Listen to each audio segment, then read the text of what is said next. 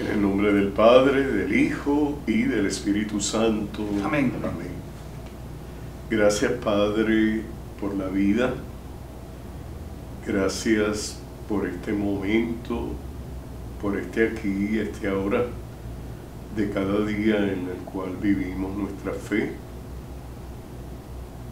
en una realidad que nos golpea como pueblo, como iglesia, pero aún así abrazamos esta fe y pedimos que el Espíritu de Dios esté presente entre nosotros en este día, en este momento, para que por las luces de tu Espíritu podamos dialogar y podamos realizar cada cosa, cada acción, realizando la voluntad tuya, que eres nuestro Padre, y nos invitas a ser testigos tuyos en medio del mundo.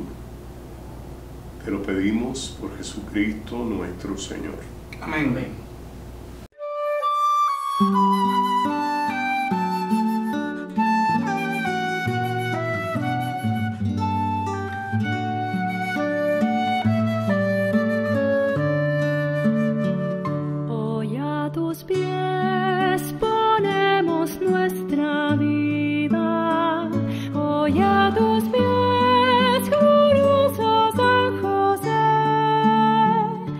Buenos días, queridos hermanos y hermanas, bienvenidos sean todos a este tu programa, Tu Parroquia al Día, ya programa número 26, donde ustedes saben que es un programa que nos va a mantener informándonos constantemente de todo lo que ocurre en la iglesia después que termina la Eucaristía.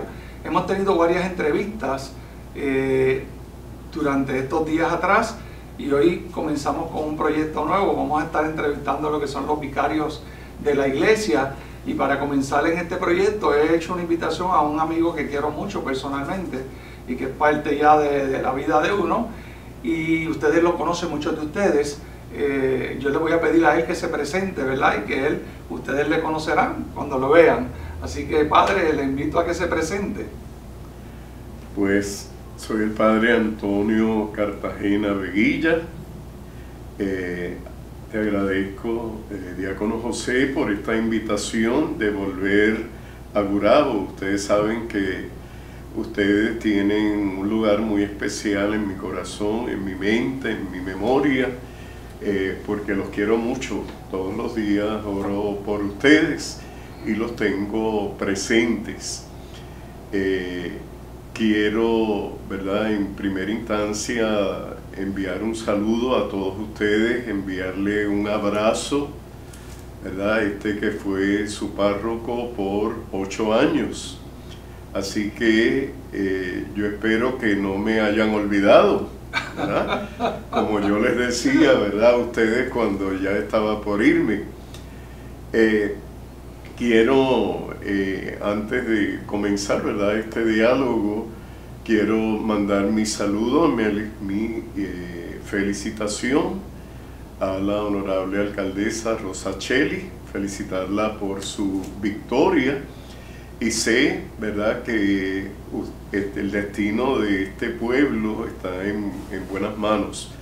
Así que muchas felicidades y que continúe con esa tarea de velar y cuidar por este amado pueblo de Gurabo.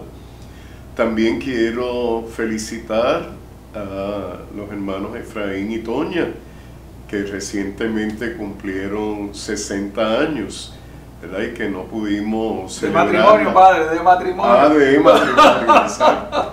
Valga la aclaración, ¿verdad? Sí. Ya quisiera yo tener 60 años, ¿verdad?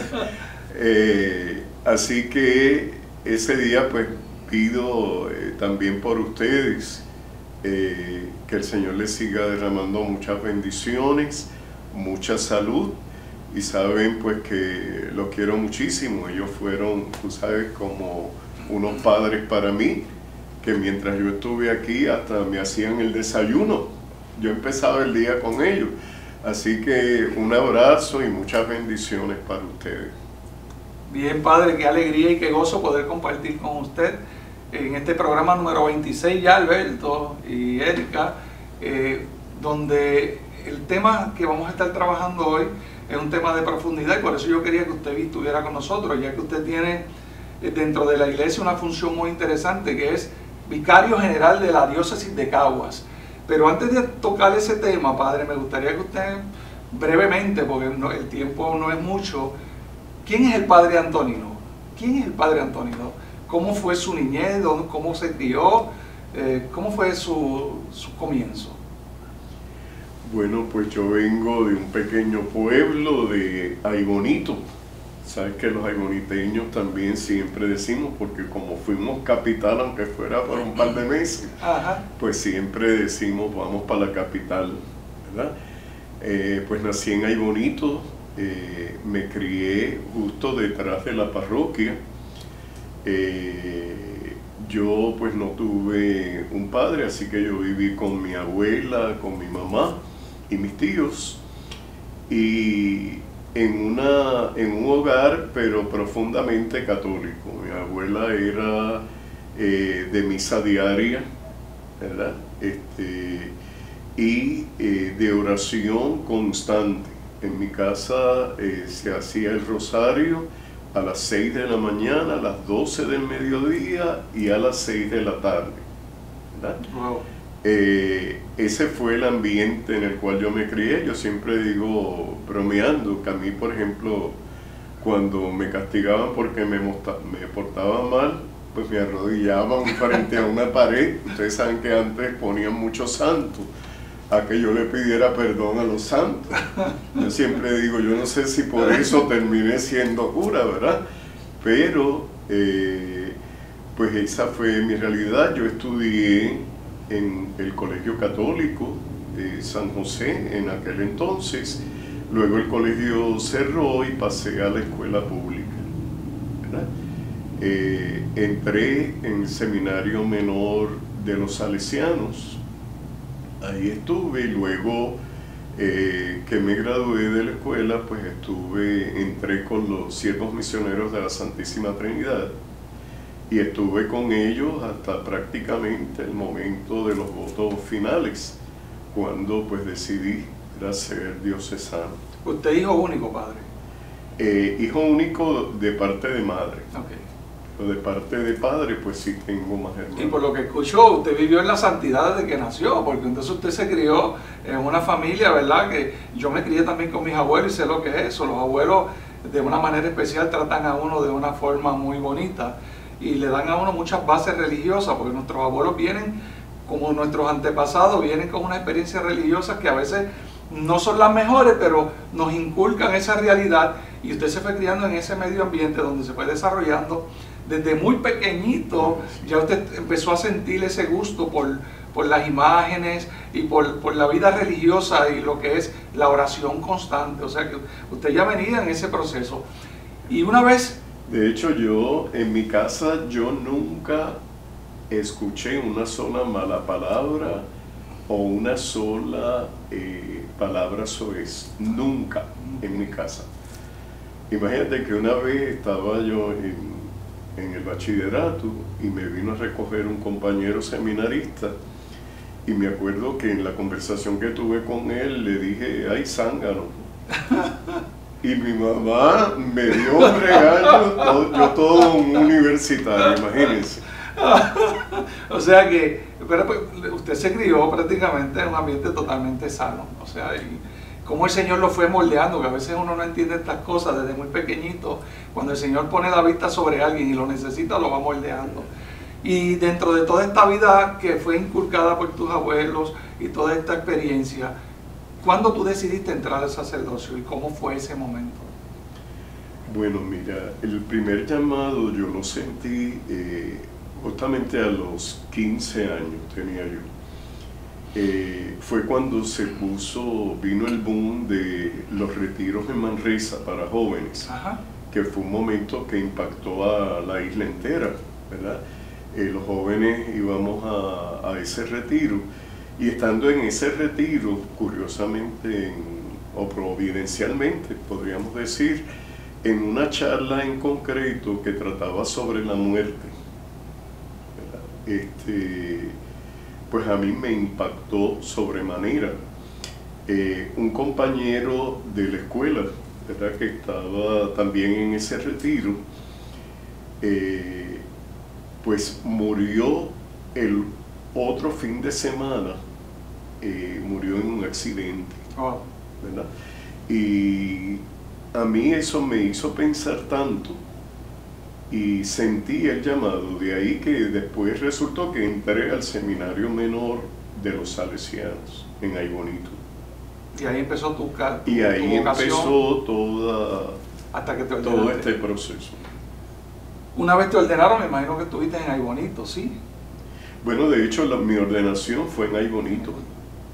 Yo soy de los pocos sacerdotes que no nos ordenamos, porque la gran mayoría, o casi todos, se han ordenado en catedral, porque era la tradición. Ajá, para que ya. Pero yo me ordené en Aybonito, pedí hacerlo allí, pedí hacerlo el Día de la Virgen de la Guadalupe, la que para mí es muy especial, y ustedes saben, ¿verdad? ¿Por qué? Porque celebro con ustedes la Guadalupe el 12 de diciembre. Así que prácticamente pues yo realicé todos mis sacramentos en mi parroquia, en Aybonito. Sí. Para entrar en materia de contexto, ¿usted es vicario general? Soy vicario general. Desde hace ya 18 años. Unos poquitos. Y un año como administrador diocesano. Vamos para allá ya mismo, padre.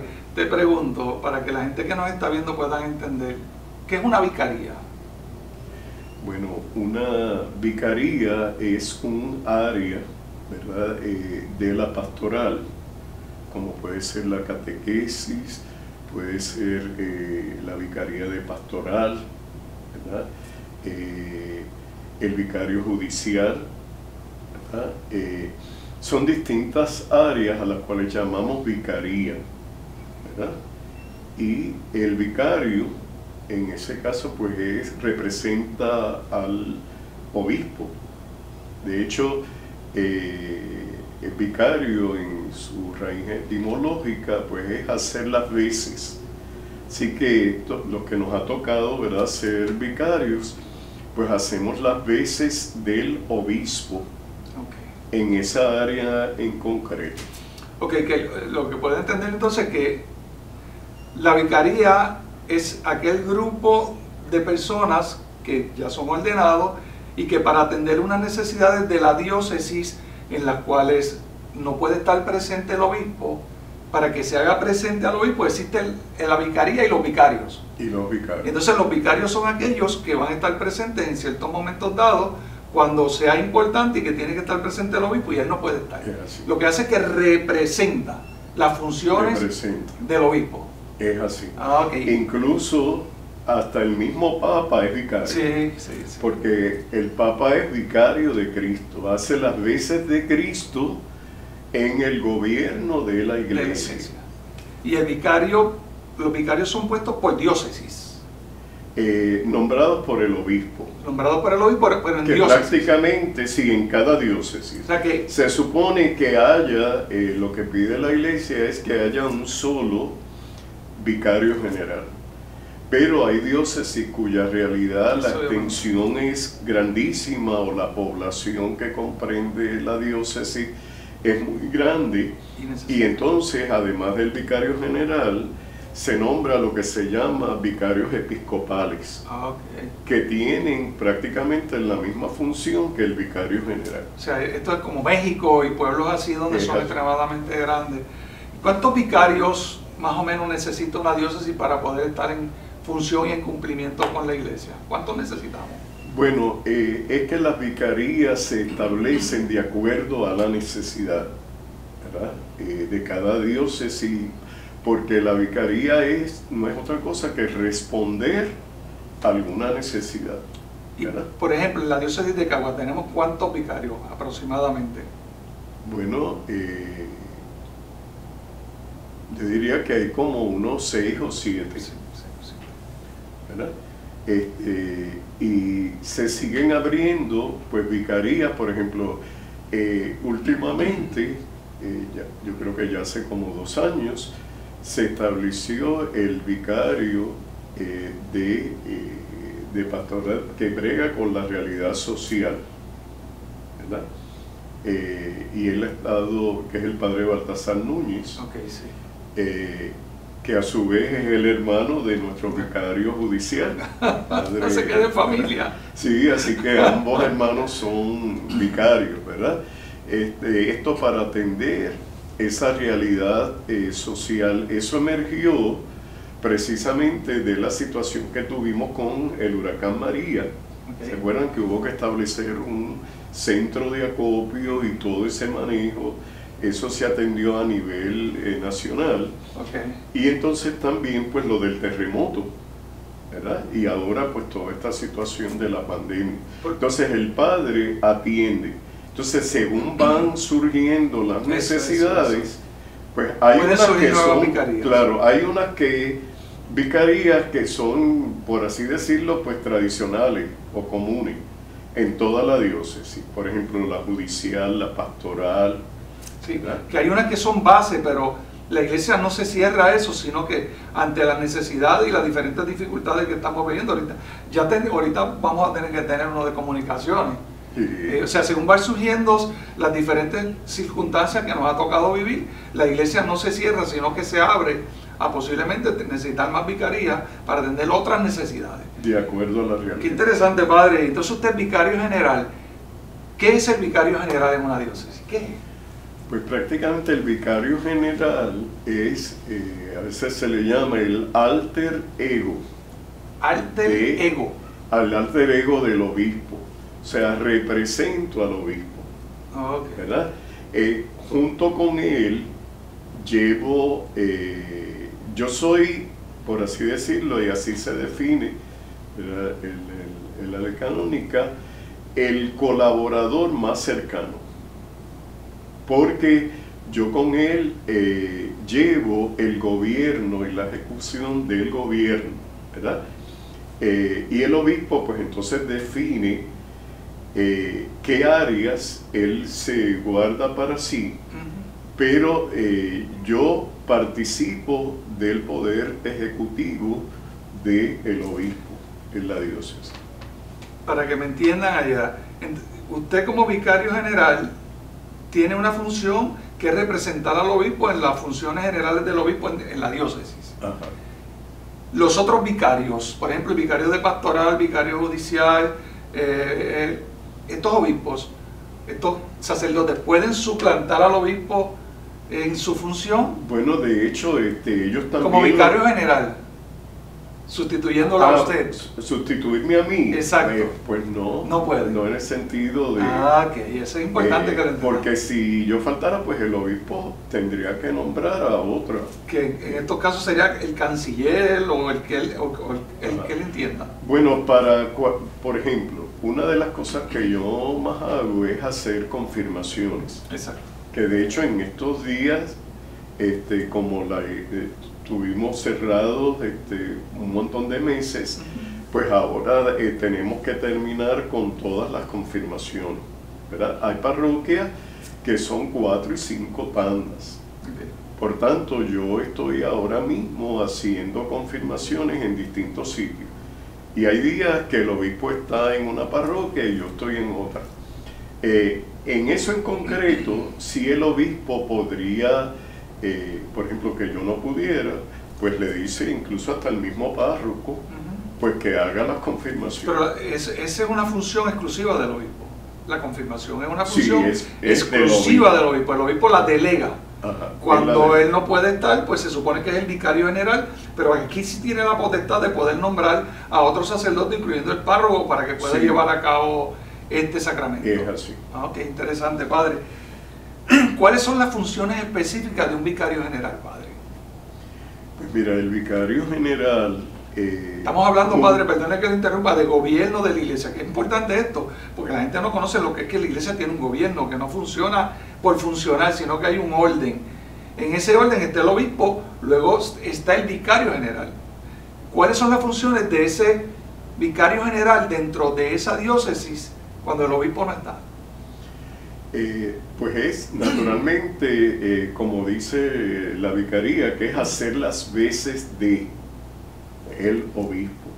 Por ejemplo, cuando el obispo sale, que muchas veces tiene que salir, tanto el obispo Rubén como el monseñor Eusebio, y entonces yo me quedo a cargo de toda la diócesis. Cualquier situación que surja, pues yo tengo que atenderla. Incluso si tengo que tomar alguna decisión, pues puedo tomarla, hasta cambiar a un sacerdote de una parroquia a otra, ¿verdad? Además está decir que si después el obispo regresa y lo quiere traer para atrás, y dijo, ¿cómo tú cambiaste a este padre, verdad? Pero lo puede, pero hasta eso uno puede hacer como... Pero es atender a todas las situaciones. O sea, sí que dentro del tiempo normal, pues el obispo, pues naturalmente me consulta no solo a mí, sino también pero sobre todo conmigo, pues me comparte todas las situaciones, me pide cómo yo veo la situación, que yo le recomiendo, ¿verdad? Que esa es la ayuda que voy dando, ¿verdad? Al obispo. ¿Cómo se eligen los vicarios, padre?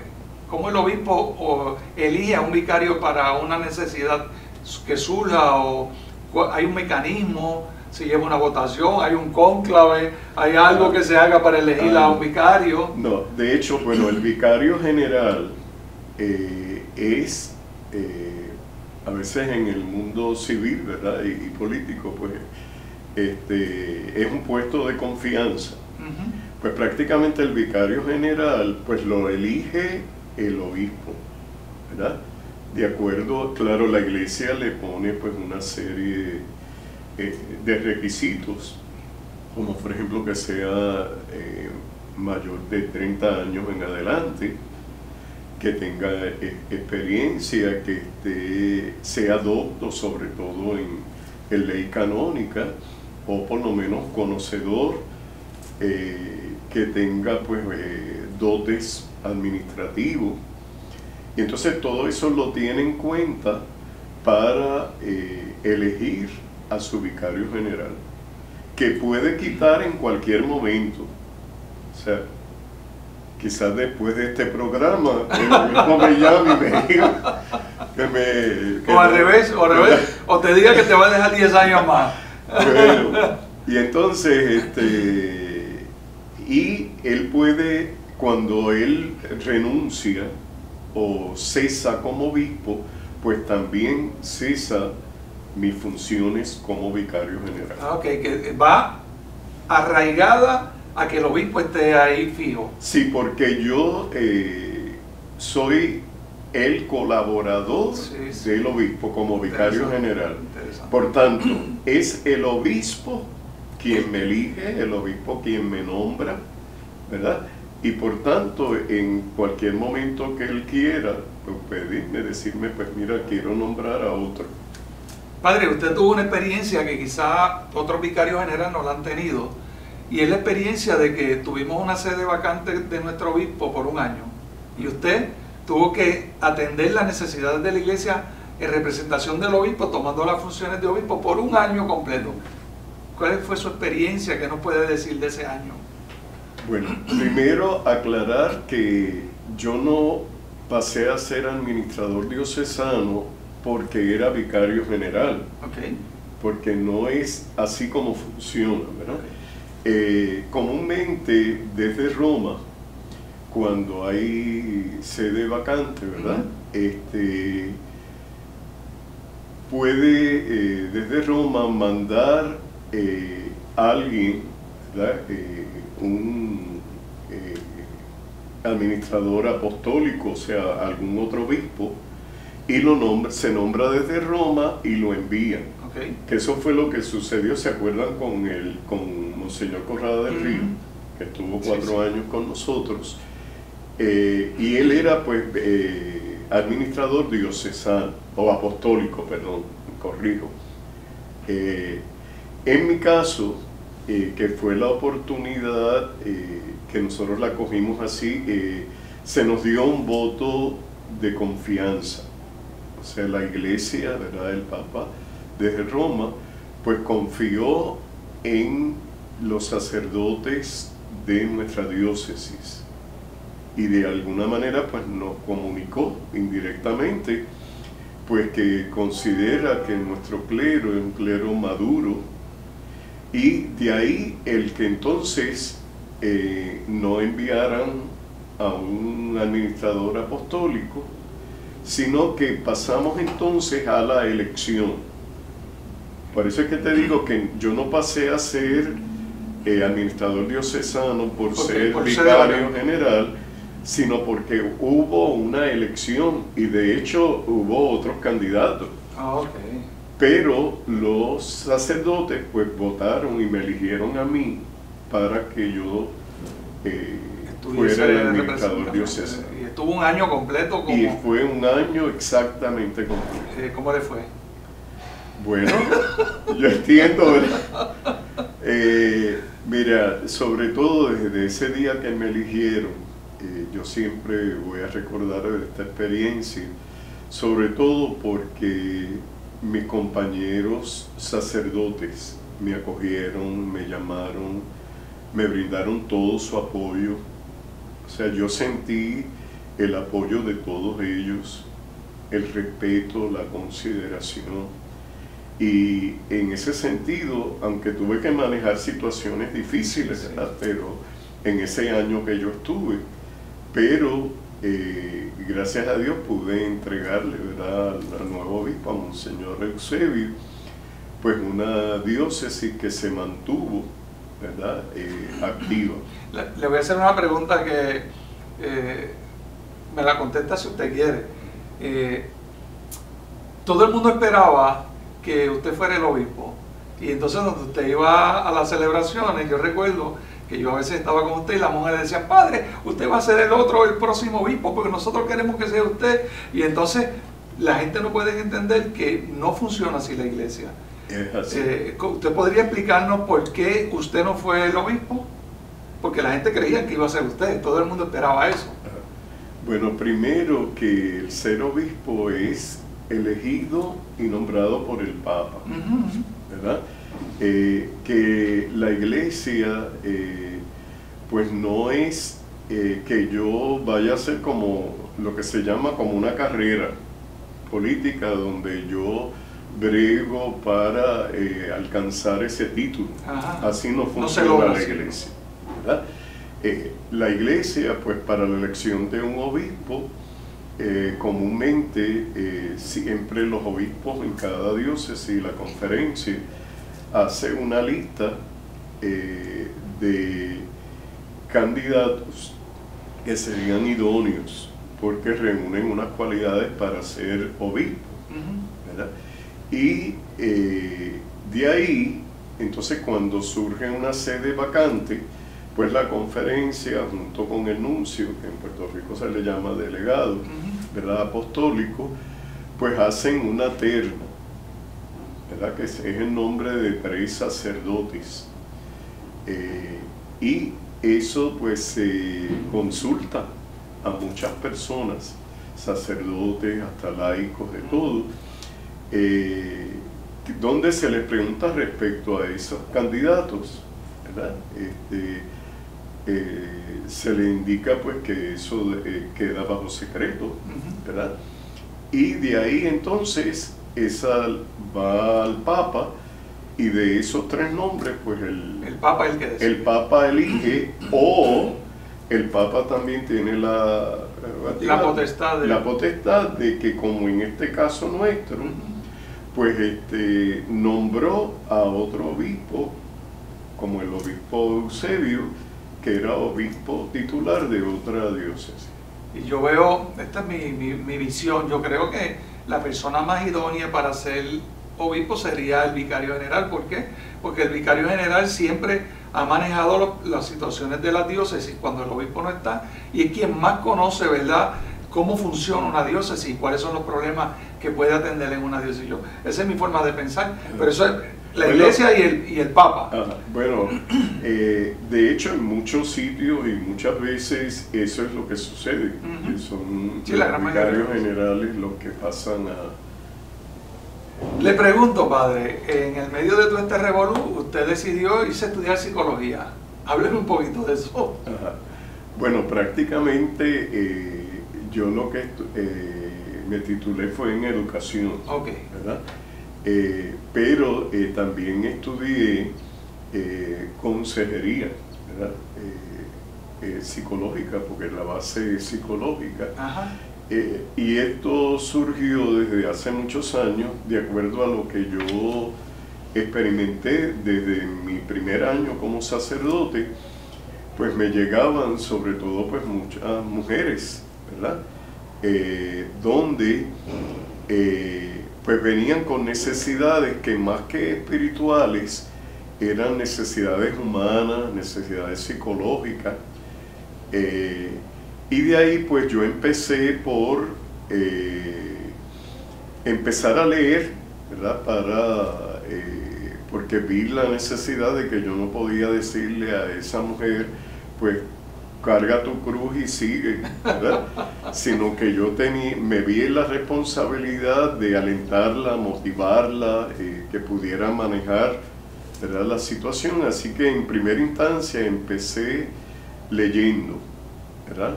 En ese sentido, pues autodidacta, ¿verdad? Que curiosamente hasta en ese tiempo yo compraba libros. Y compré un libro que tenía del título Mujeres que aman demasiado, ¿verdad? Y me acuerdo que cuando fui a pagarlo, ella como que me miró así. Pero yo trataba de buscar lo que podía ayudar. De ahí entonces me vino la idea de empezar a tomar cursos en la universidad. Y empecé por tomar unos cursos y así estuve, terminé maestría y luego terminé el doctorado. ¿En psicología o en educación? En educación y consejería. En consejería, ok. O sea que la diócesis tiene un gran beneficio en usted.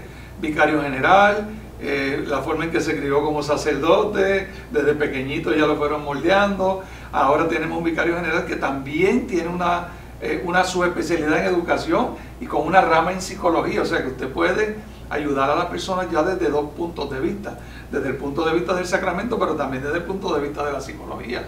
Sí, de hecho, mayormente breve en el área psicológica, porque yo desde entonces ¿la aplica? A mí me ayudó tanto.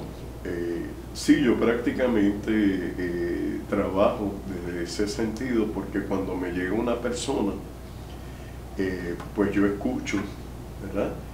Y mientras voy escuchando también voy haciendo algún diagnóstico de dónde está la persona, por dónde va enfocando, para de ahí entonces seleccionar, ¿verdad?, el marco teórico o la terapia que yo voy a aplicar a esa persona. Interesante. Hay veces que es una dinámica integradora, o sea, integro varios marcos teóricos o varias terapias, porque la persona no necesariamente viene, y a veces nos pasa a los profesionales de la conducta, que queremos resolver todos los casos que nos llegan con un solo enfoque o una teoría, ¿no? En ese sentido, pues yo soy lo que se llamaba antes ecléptico, o más bien integrador.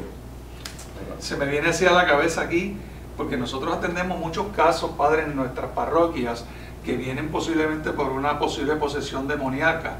Muchos casos que son referidos porque empiezan a manifestar una serie de síntomas medio raros, y a veces no tenemos dónde enviar para una evaluación psicológica antes de seguir con el proceso. Yo creo que esos casos usted los puede manejar de una manera especial. Bueno, mira, primero, que eso hay que definir primero bien. O sea, que de alguna manera lo que tú me propones, ¿verdad? Y que de hecho ya yo lo he hecho, sobre todo cuando estaba el obispo Rubén, y llegaban esos casos, pues el obispo decía, llévenlo allá. Que yo la primera allí. yo la atendía allí. Y de alguna manera pues llevaba un discernimiento, ¿verdad? Muchos de los casos que llegaron, bueno, muchos no, todos los casos que llegaron, más que ser una cuestión demoníaca, era un problema psicológico de crisis emocional, de relación de la pareja. Por eso es que usted en esta forma de educación que usted hizo en psicología, pues nos ayuda a nosotros como iglesia para poder manejar estos casos que a veces no tenemos ninguna herramienta para poder trabajar. Le pregunto, padre, yo sé que también usted es administrador de un colegio, usted tiene tantas cosas encima que yo no sé, cuando estaba conmigo usted le llamaba sombreros. Sí. Son muchos los sombreros. La iglesia, uno tiene que quitarse uno para ponerse otro. De una hora a otra. Te pregunto, padre, ya el tiempo se nos acaba, ¿cómo tú ves la iglesia en estos momentos actuales que nos ha tocado vivir? Bueno, estamos viviendo en una dificultad muy grande. A mí me preocupa tremendamente, ¿verdad? Esta situación de la pandemia hizo efecto en la vida de la iglesia, ¿verdad? Yo en la parroquia me paso también exhortando. A veces la gente desconoce, pero mucha de nuestra gente, me imagino que no sé si aquí estará pasando igual, pero están viviendo lo que se llama el síndrome de la cabaña, que es una condición psicológica. Y la gente por el miedo, ¿verdad?, que curiosamente está, o providencialmente, este fin de semana, pues las lecturas van por esa línea, ¿verdad?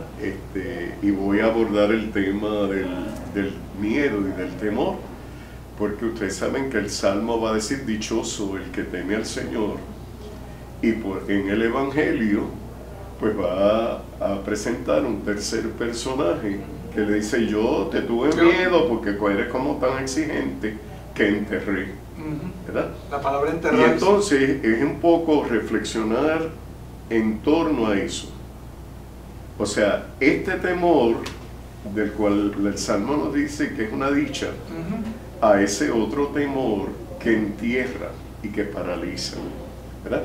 Así que esta situación de la iglesia, pues de alguna manera nos adelanta. Yo, ese futuro, ¿verdad?, que me pregunta, yo recuerdo de momento al gran teólogo Karl Rahner, ¿verdad?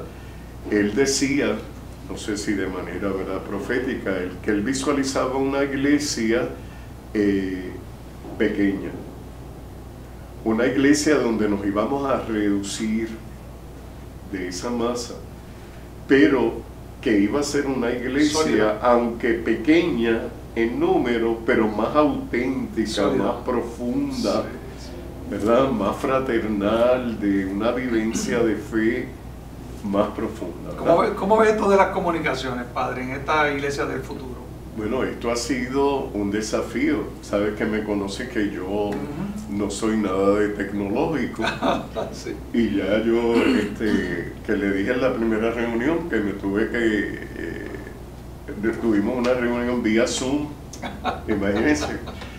Así que te podrás imaginar, yo cuando intervine en esa primera reunión dije: acaba de ocurrir un milagro, que yo me haya podido conectar, pero esto nos coloca frente a una situación de que nosotros tenemos que estar conscientes de que la iglesia se tiene que mover.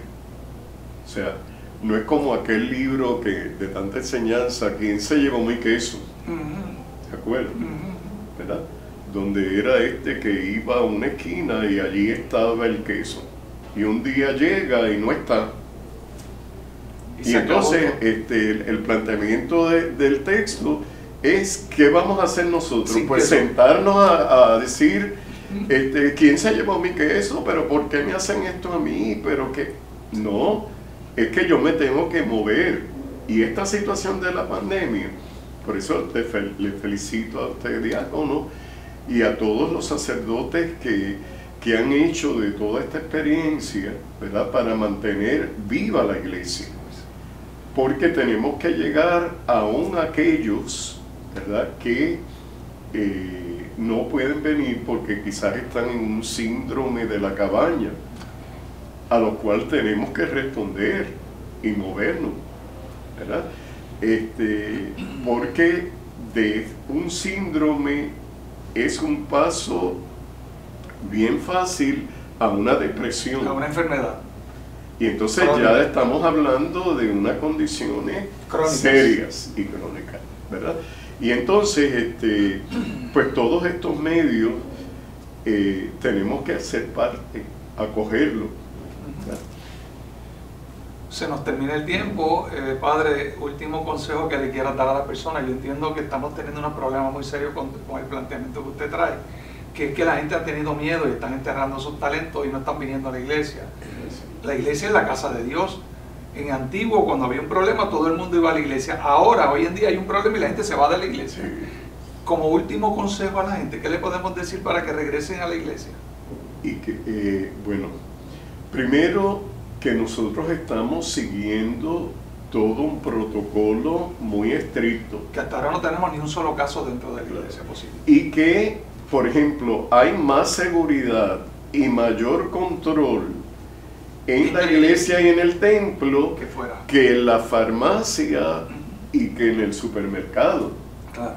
Y hay veces que entonces esas personas se mueven al supermercado, se mueven a la farmacia, pero entonces en la iglesia tienen temor de ir a la iglesia. Y esconden el talento. Que de alguna manera ahí es donde la prueba de fe. Sí, sí. O sea, yo tengo que confiar en ese cuidado y en esa protección de Dios mi Padre, ¿verdad? Y que yo voy a la casa del Padre y voy a su presencia. Entonces, ¿creo o no creo?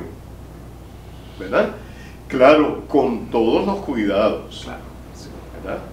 Y con todas las debidas precauciones.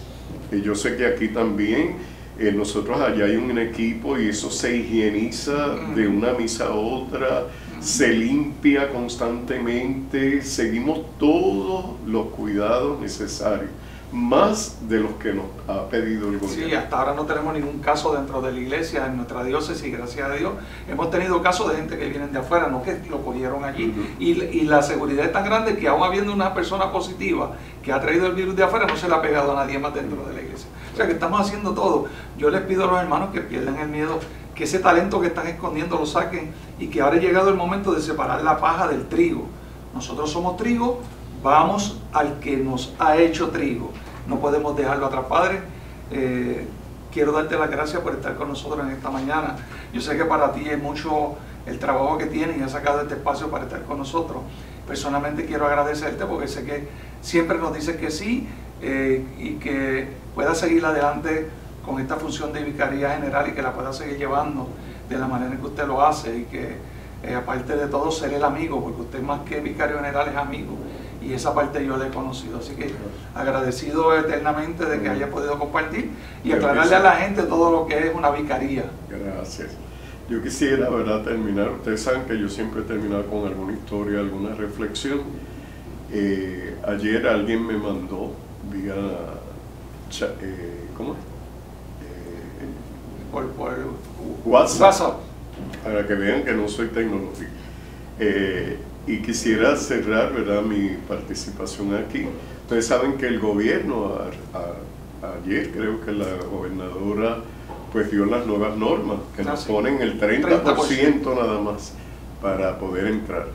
Pero yo quisiera de alguna manera, que yo mismo me adjudico, ¿verdad?, de decir normas basadas en esto que me mandaron, y es que está prohibido levantarse sin ilusiones. Está prohibido vestirse sin esperanza. Está prohibido caminar sin fe. Y sobre todo está prohibido vivir cada día sin amor. Tremendo mensaje, Padre. Y espero que lo podamos entender y lo podamos captar y que la gente empiece a sacar esos talentos. Bien, queridos hermanos, la semana que viene tendremos de invitado a otro vicario, el Padre Félix Núñez, el juez del Tribunal Diocesano, y está a cargo también del seminario, o sea que tiene otras funciones más, y vamos a estar hablando de lo que son las leyes canónicas, lo que es el tribunal, y conocerán al Padre Félix Núñez. Padre, le invito a que entonces nos eche la bendición en esta mañana. Pues el Señor esté con ustedes. Y con tu espíritu. La bendición de Dios Padre, Hijo y Espíritu Santo descienda sobre ustedes y permanezca siempre. Amén. Amén. Gracias y nos vemos en el próximo programa la semana que viene. Amén.